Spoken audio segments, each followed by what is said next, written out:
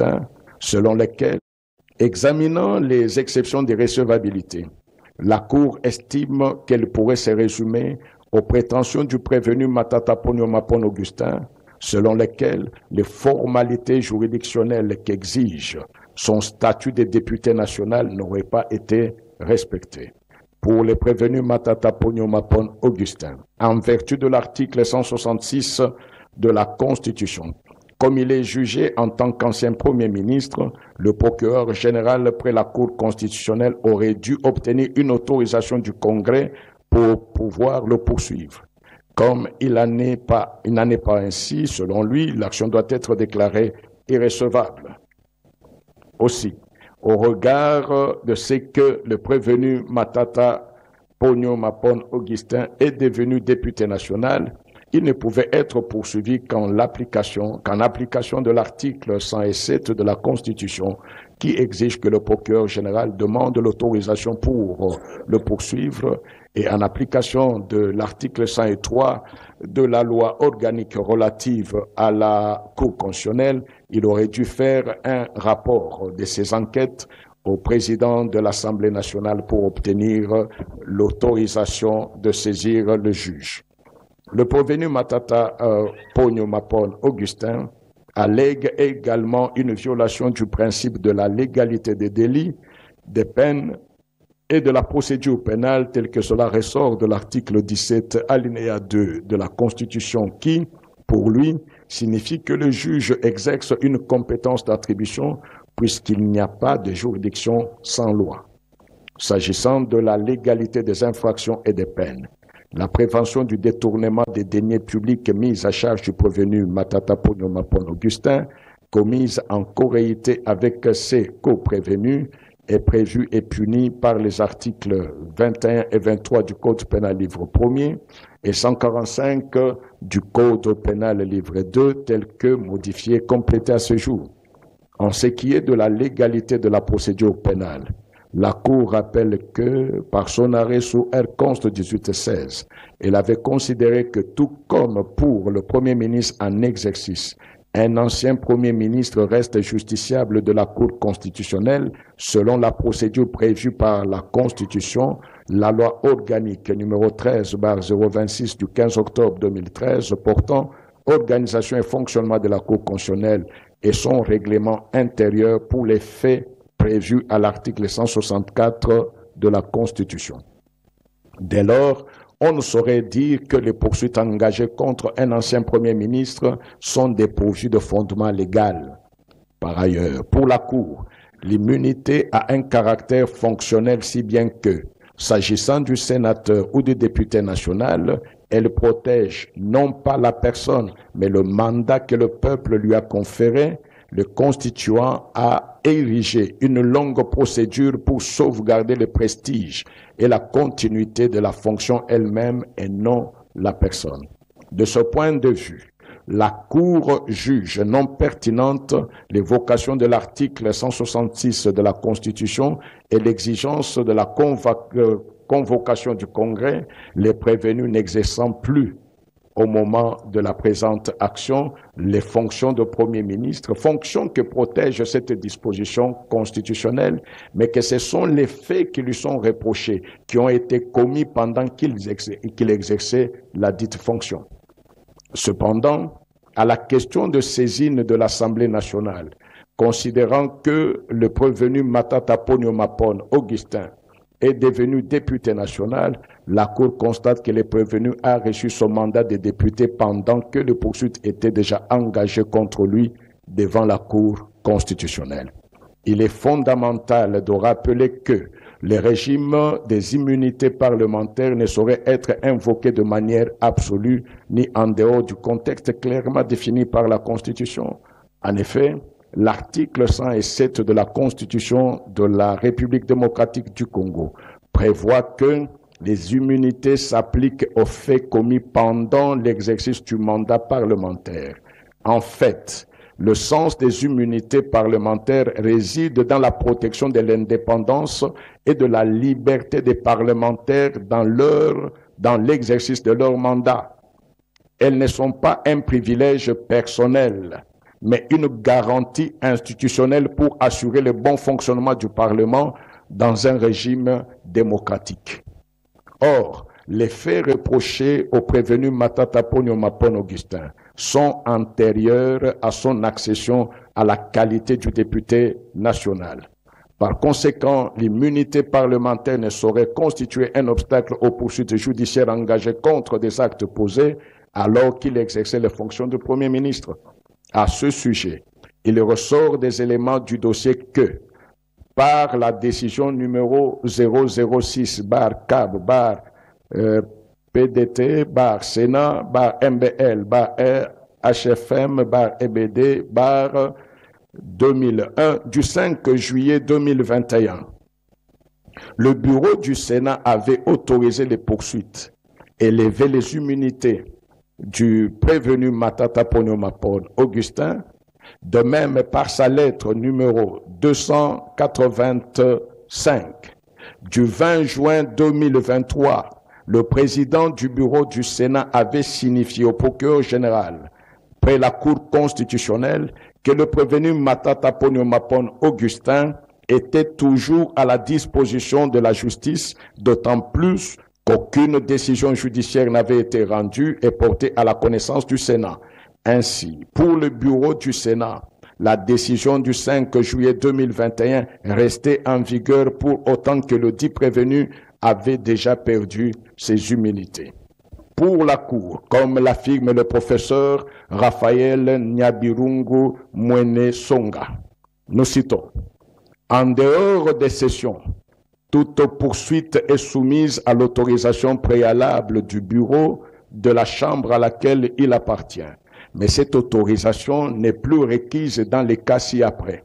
Lorsque la poursuite est consécutive au flagrant délit, lorsque la poursuite intervient dans une procédure déjà autorisée par la plénière de l'Assemblée nationale ou du Sénat. » Voir professeur Nyabirungu Mwene Songa dans son traité du droit pénal général congolais aux éditions universitaires africaines, Kinshasa, de 2007, à la page 243. Cette autorisation est définitive et irrévocable tant que l'action publique n'a pas été éteinte. Elle n'est pas affectée par le renouvellement du mandat parlementaire, ni par le passage d'une chambre à une autre. En d'autres termes, l'élection à un nouveau mandat ne remet pas en cause les actes régulièrement accomplis, notamment la levée antérieure de l'immunité. En outre, la Cour réconforte sa position en se référant au raisonnement de la Cour européenne des droits de l'homme dans son arrêt du 16 novembre 2006 dans l'affaire Salkidis contre la Grèce, en ce que la restriction du droit au droit d'accès à un tribunal induite par l'inviolabilité parlementaire n'est pas justifiée lorsque les actes incriminés ne sont pas liés avec des fonctions parlementaires au sens strict. Il n'y a donc pas besoin d'une nouvelle levée d'immunité car la procédure judiciaire est déjà pendante et la nouvelle qualité ne purge pas les actes passés. Cette position est fondée sur les principes de continuité de la procédure judiciaire et de la non-rétroactivité des immunités. Dès lors, la Cour juge que le procureur général n'avait plus une obligation de demander une autorisation quelconque, étant donné que le prévenu est devenu député national pendant que les poursuites étaient déjà engagées en son encontre. Elle en infère que la procédure engagée ne saurait être affectée rétroactivement par l'immunité entachée à la fonction acquise ultérieurement au procès en cours. Quant à la durée du procès, elle fait remarquer que c'est le prévenu qui avait sollicité et obtenu la suspension des audiences en vue de lui permettre de se présenter aux élections présidentielles et législatives. En effet, elle note que la procédure engagée contre le prévenu Matata Ponyo Mapon Augustin est non seulement légale, mais aussi régulière en ce qu'elle est saisie par la requête aux fins de fixation d'audience du procureur général après cette cour, afin que ce dernier après que ce dernier ait sollicité et obtenu du Sénat la levée de ses immunités en sa qualité de sénateur au moment de poursuites engagées contre lui.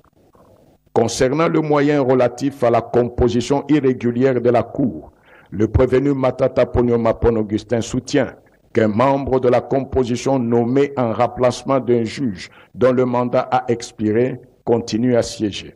La Cour observe que le prévenu Matata Ponyo Mapon Augustin n'a pas apporté la moindre preuve de cette allégation, alors qu'il est de principe qu'il appartient à la personne qui allègue un fait d'en apporter la preuve. En outre, les prévenus affirment que ces immunités ont été levées par le Sénat en violation de ses droits à la défense pour le dossier de la zaïrianisation, alors que devant la Cour constitutionnelle, il est poursuivi pour le dossier Bukanga Lonzo. La Cour retient que la levée des immunités du prévenu a été sollicitée et obtenue telle que démontrée supra. La Cour rejettera tous les moyens et déclarera toutes les exceptions non fondées. Examinant le fond de la cause, tel qu'il se dégage de pièces du dossier auquel la Cour a eu égard et de l'instruction menée par elle, ils peuvent se résumer comme suit. En 2013, le gouvernement de la République démocratique du Congo a adopté le Programme national d'investissement agricole, PNIA, 2013-2020, avec l'appui technique et financier du marché commun de l'Afrique orientale et australe, COMESA. Aux fins de donner corps à ce programme, il fut conçu un plan prévoyant la construction des parcs agro-industriels à travers l'ensemble du territoire national. Dans le souci de matérialiser le dit plan, il fut élaboré et mis en exécution un projet pilote par le cabinet du Premier ministre Matata Ponyo Mapon Augustin à travers M. Moussoussa Ulimwengu John, son conseiller principal au Collège Agriculture et Développement, projet dénommé Parc agro-industriel de Bukanga Lonzo Paibel. La société de droit sud-africaine dénommée Africom Commodities Ltd a été recrutée, et ce, en tant que prestataire du projet pour l'aménagement, la construction et la gestion du parc sur une période de 5 ans renouvelable. Représenté par le prévenu Globler Christo Stéphanus, ce prestataire fut une société holding gérant les activités d'une quinzaine de sociétés œuvrant dans les domaines spécifiques de fourniture des équipements, matériels et intrants agricoles. Au mois de février 2014, sans qu'aucune pièce du dossier n'atteste de l'examen préalable en Conseil des ministres, la République démocratique du Congo signa avec la société Africom Commodities un contrat de gestion qui, le 24 mars 2015, va déboucher sur une convention d'actionnaires suivie d'un avenant à la même date, prévoyant la création de 3 sociétés anonymes d'aménagement et de gestion du parc agro-industriel de Bukanga Lonzo, Parc Agri SA, la société d'exploitation du parc, CEPAGRI SA, et la société de commercialisation dénommée Marché international de Kinshasa, Marikin SA. La ministre du portefeuille signa sous la pression exercée sur elle par le Premier ministre les statuts de ces 3 sociétés dans lesquelles l'État congolais détenait pour la première 85% des parts sociales, pour la deuxième 70% des parts sociales et pour la troisième 50% des parts sociales.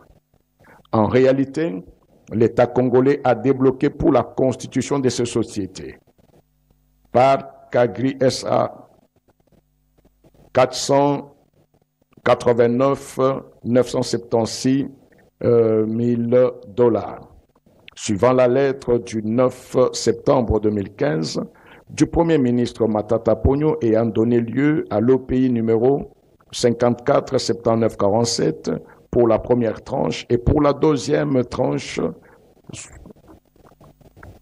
en francs congolais, 339 73 350 francs congolais.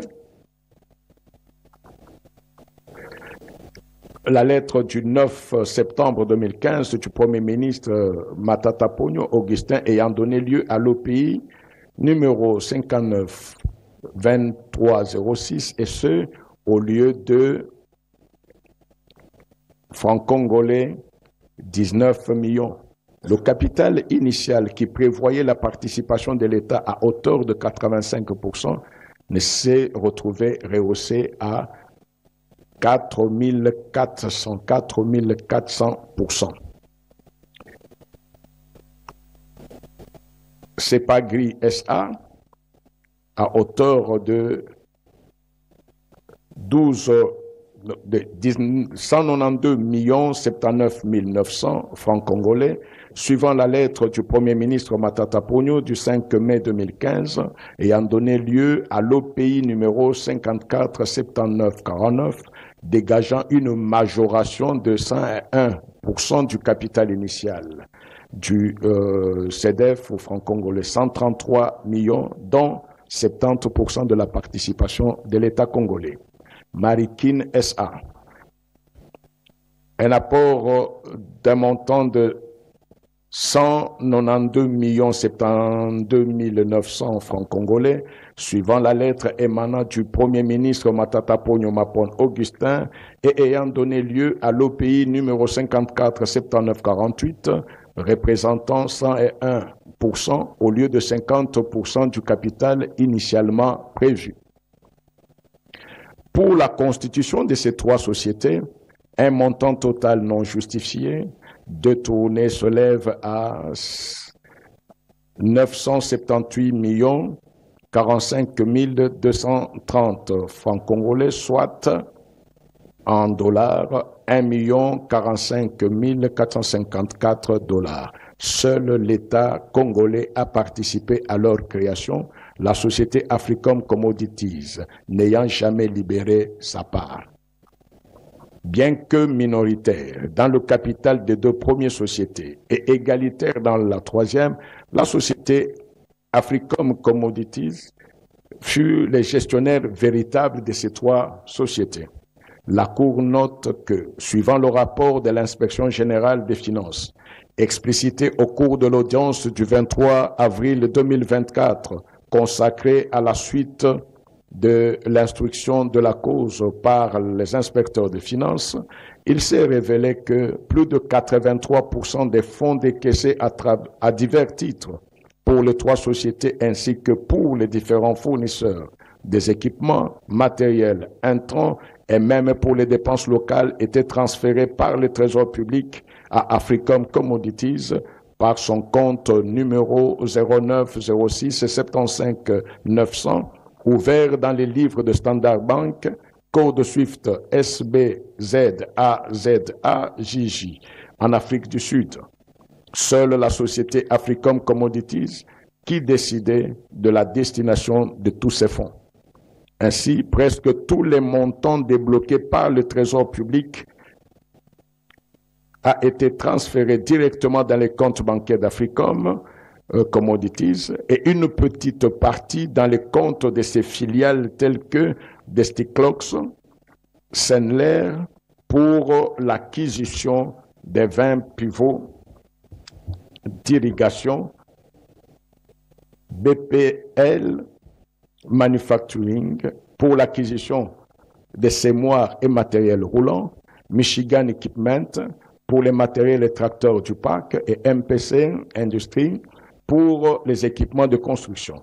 De ces éléments du dossier, dont le relevé des décaissements obtenus au ministère des Finances, il ressort que 280 millions de dollars ont été libérés en faveur du parc agro-industriel de Bukangalonzo, dont 278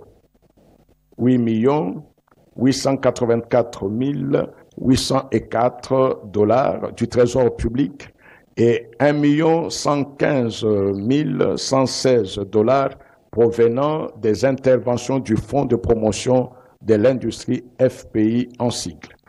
Les enquêtes menées ont révélé que seule la somme de 34 150 507 $ a été réellement affectée aux activités du parc agro-industriel de Bukangalunzu. La différence, soit 245 849 413, ayant servi à diverses utilisations selon plusieurs procédés exposés dans les tableaux ci-dessous, demeurent non justifiés. C'est un tableau que nous allons essayer de lire. Premier cas, ce sont les cas de surfacturation constatées.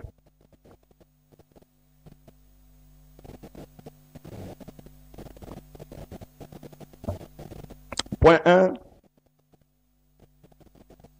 nous avons numéro de facture d'origine. 2, le montant de la facture d'origine. 3, le numéro de facture d'Africom sur le même produit. L'Africom retaxé, le même produit mais avec une autre facture. À titre illustratif, la première facture, numéro d'origine, c'est 10/15/2. Montant d'origine, 167 375 $. Sur le même produit, déjà acheté, Africom a établi une facture. Numéro PRF 14 11 00 130. Avec un autre montant, le montant est de 565 500 $.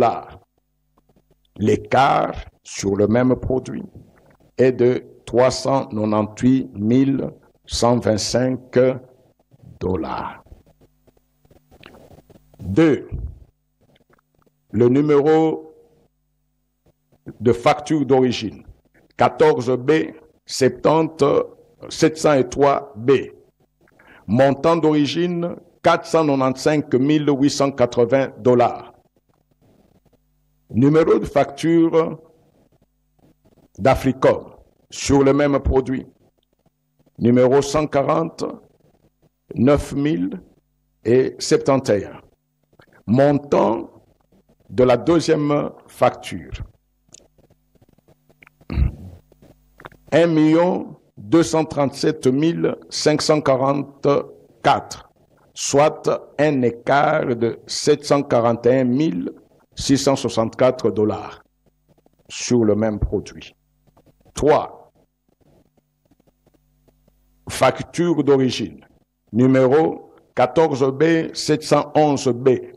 Montant du produit 189 600 $.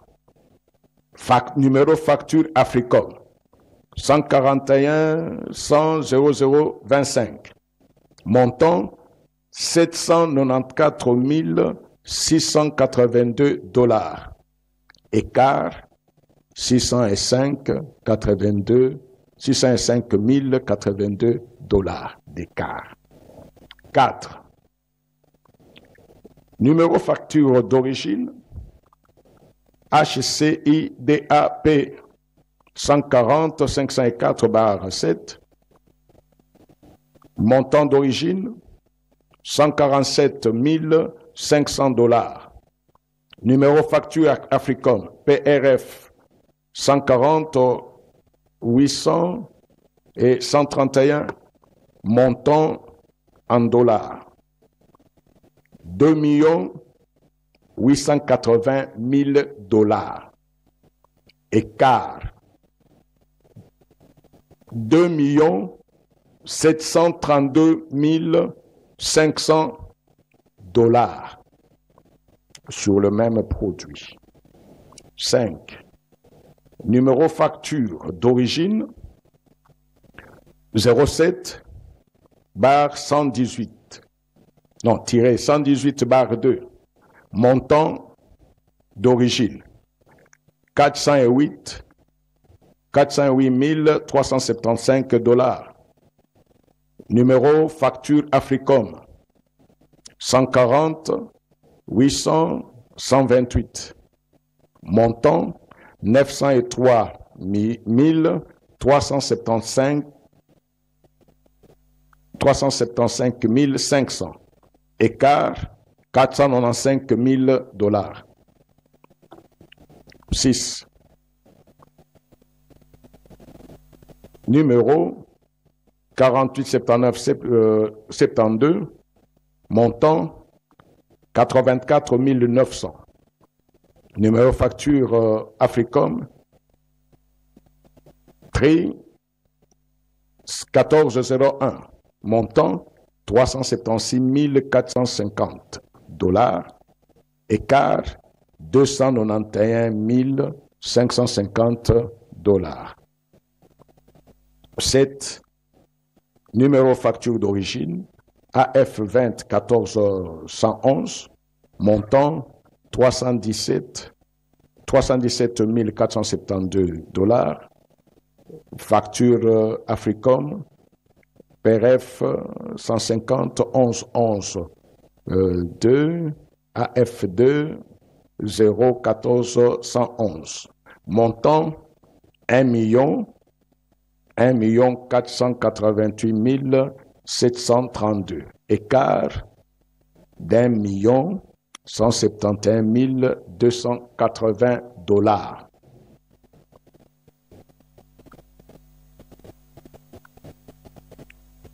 L'autre numéro est le montant 1 383 172 $. Numéro Africom, je donne juste le montant aussi Africom. Ici c'est 1 million, là c'est 3 526 220. Avec comme écart 2 143 048 $. Numéro facture, je passe directement au montant. Montant première facture 147 500 $. Montant facture Africom 2 880 000 $, soit un écart de 2 652 500 sur le même produit. Montant de la première facture au numéro 10, 147 500 $. Montant de la deuxième facture, 2 880 000 $. Écart, 2 732 500 $.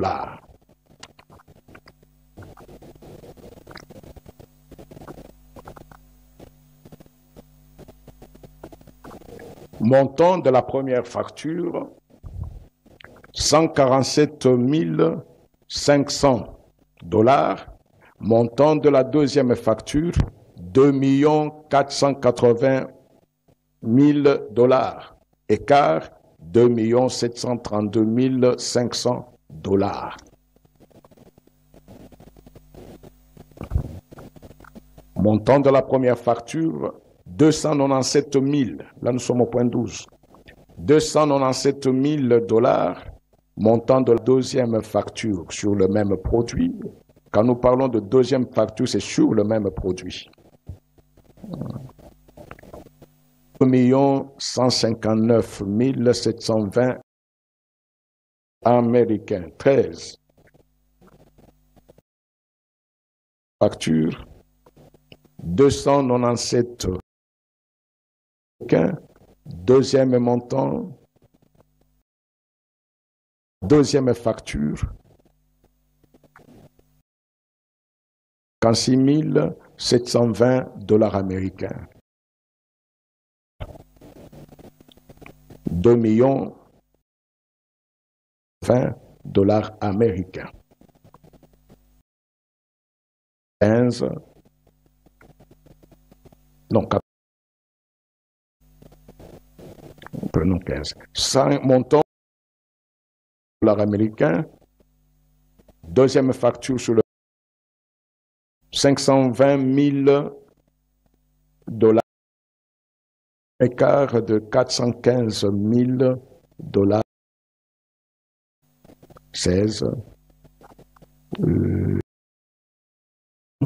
735 000, 5 000 dollars américains, surfacturé, donc deuxième facture, 873 500, ce qui donne l'écart sur le même produit, 243 506 dollars américains. Nous prenons le total pour ce qui est dépensé sur les factures réelles, ça nous donne 5 374 dollars américains. Et de l'autre côté, pour les mêmes produits, la surfacturation donne 504 400, soit un écart de 36 676 dollars.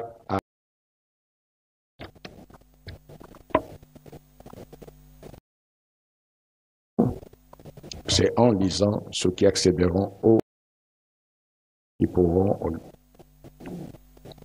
entrer en. Outre les cas cités si haut, les enquêtes des surfacturations du prévenu Globlet Christos Stéphanous, la société des fonds pour achat d'engrais, alors qu'elle avait acheté cet engrais pour le coût CIF dollars américains 590. Elle a fourni un justificatif de ses achats 11 520, soit un écart par tonne métrique 930 dollars américains. Des transitaires tels que Bolloré, il s'est avéré que les nous recevaient les factures du fournisseur et établissaient reprenant des montants bien supérieurs pour justifier frauduleusement.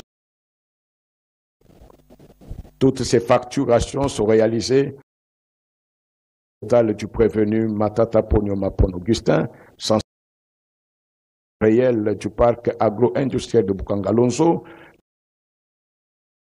par les billets des membres de son cabinet plusieurs missions.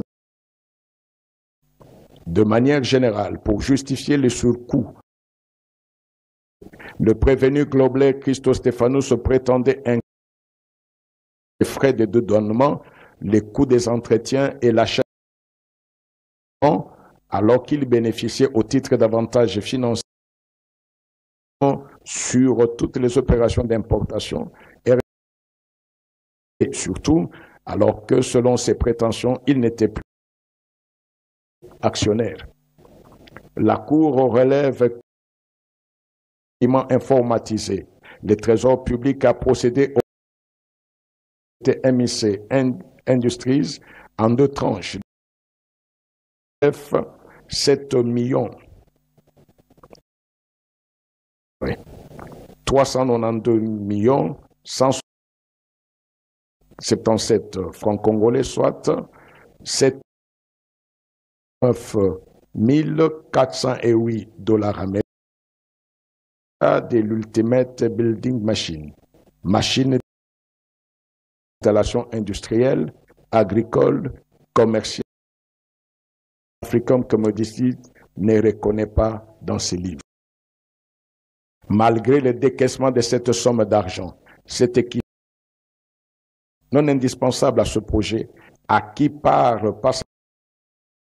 affiché par le Bureau central de coordination BCECO en sigle, du Premier ministre, le prévenu Matata Ponyo, n'a pas été retrouvé sur le site du parc agro.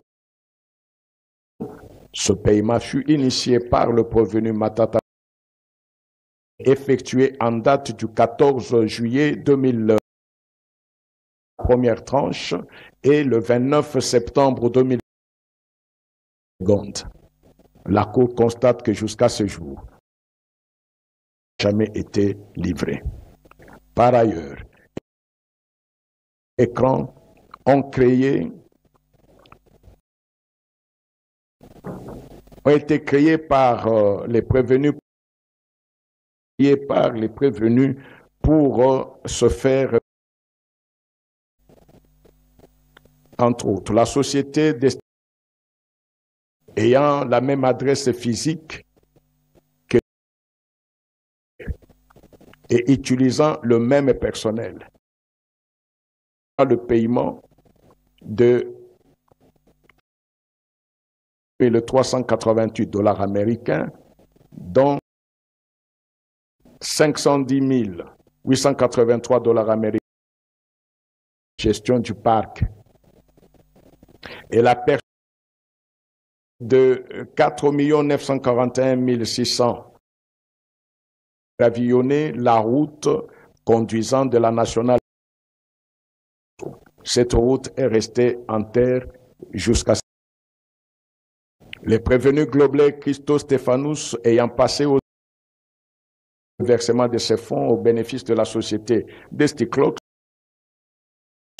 et s'étonner de voir ces montants versés à cette société de lui en sa qualité de chargé de l'exploitation du parc. Ces sommes étaient payées. Effectué au profit des sociétés Michigan, BPI et du Sud, mais se demandait le gouvernement congolais n'avait signé de contrat qu'avec la société Feed Africa. Madame Kachoko Mbonda Hortense, épouse le sieur Matata Suiti, membre de sa famille, s'associe à Madame, épouse du prévenu Globlet Christo Stéphanous, associée dans la société Desticlox, la société Feed Africa était les prévenus Globlet Christo Stéphanous. Pour objet des activités agricoles, cette société a acquis agro-industriel Kangalonzo une valeur de tracteurs, véhicules, pièces de rechange, les outils et les silos de stockage, le tout d'une valeur globale de 998 900 $ américains sont alloués au parc agro-industriel. La société Feed Africa est une société écran créée par Mapon Augustin pour dissimuler des transactions visant la captation des fonds à laquelle, alors qu'il s'agit en réalité d'un détournement. L'instruction préjuridictionnelle qu'à l'audience, la non-exécution des travaux de construction des divers fonds ont été décaissés. 1. Et à 89 millions de $ est payé. 2. De vente effectuée en mars, un montant de 764 180 $ américains a été débloqué par le Trésor public. La récolte des maïs il n'y a aucune trace de recettes. Donc, sur le montant de 200 $ américains débloqués par le Trésor public pour les activités, seule la somme de 34 507 $ américains a été réellement affectée à ces par l'organe de la loi requiert à ce qu'il plaise à la Cour droit les infractions de détournement de la somme de 849 413 mise à charge des prévenus Matata Pogno et Globlet Christo Stéphanous et de détournements 89 millions mise à charge des prévenus Matata Augustin et Mutombo Mwananyembo Deogracias. Petit 1. De les condamner à 20 ans de travaux forcés. Ordonner l'arrestation immédiate du prévenu Matata. Petit 2. De condamner Mapon Augustin et Mutombo Mwananyembo Deogracias. Droit de vote et d'éligibilité après l'exécution de la peine pour 10 le premier et 5 ans pour le deuxième.